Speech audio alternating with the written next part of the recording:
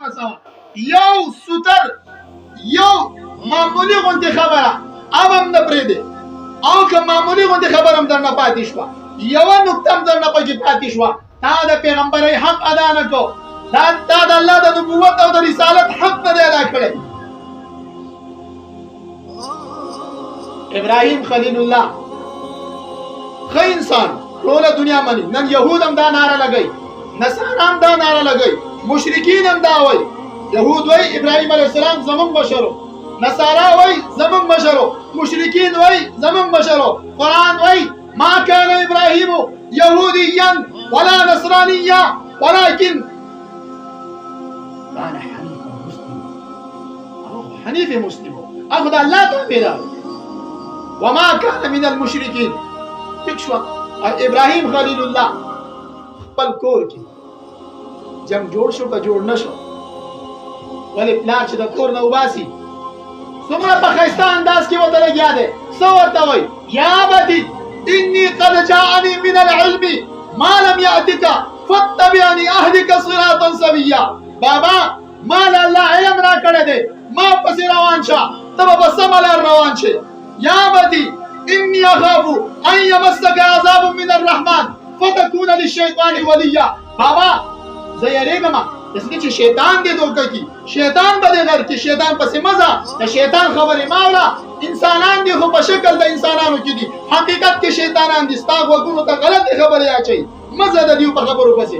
ورنه شیطان هغه به دې ملګری کي ځان له، ته به د شیطان ملګری شي. خبرې ورته ډېرې وشوې، لار نه قار ورغی. لار څه وایي ورته؟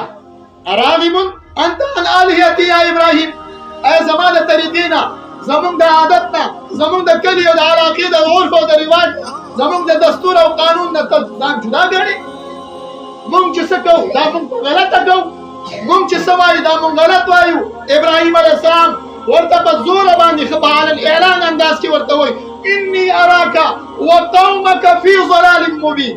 پلار مې خو لیکن په غلطه یې، د الله د دین نه خلاف روان یې، ته او ستا قوم په ګمراهۍ کې لګیا یې.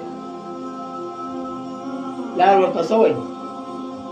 اراغب انت عن الهتي یا ابراهیم لئن لم تنتهي لارجمنك واهجرني مليا. د خپلې خبرې نه وروسته نه شوې، زمونږ د مشرانو، زمونږ د کلي، زمونږ د علاقې، زمونږ د خدایانو، زمونږ د بوتانو سپکاوی دې پرې نه ښودو، زه به دې په کاڼو وولم. ابراهیم علیه السلام په ایمان ووایي دا د کاڼو ویشتو قابل و. ابراهیم علیه السلام د کور نه د ویشتو قابل و. ابراهیم علیه السلام د خفقان سړی و چې خفه کړی دی. ابراهیم علیه السلام د بې عزتۍ سړی و. ابراهیم علیه السلام د اور د اچولو سړی و. ابراهیم علیه السلام هغه سره دا ظلمونه او دا سختې او دا شدایت په هغه باندې هغه سړی و. قرآن وایي نه نه بلکې دی بدبخت و. ابراهیم علیه السلام اور ته اچولی و، نو په څه وجه اچولی و؟ ابراهیم د هغې سره په ځمکو جګړې نه وې، ابراهیم علیه السلام د هغې سره په بریتونو جګړې نه وې، د ابراهیم علیه السلام د هغې سره ساتیاتو باندې خبره نه وه، بلکې د ابراهیم علیه السلام خبره څه وه؟ هغه صرف او صرف دقه وه چې یو الله، حقانیت خبره وه، د الله د دین خبره وه، د وحدانیت خبره وه، د سچایۍ خبره وه، رښتینې خبره وه، او قوم ټول په دروغو لګیا ورته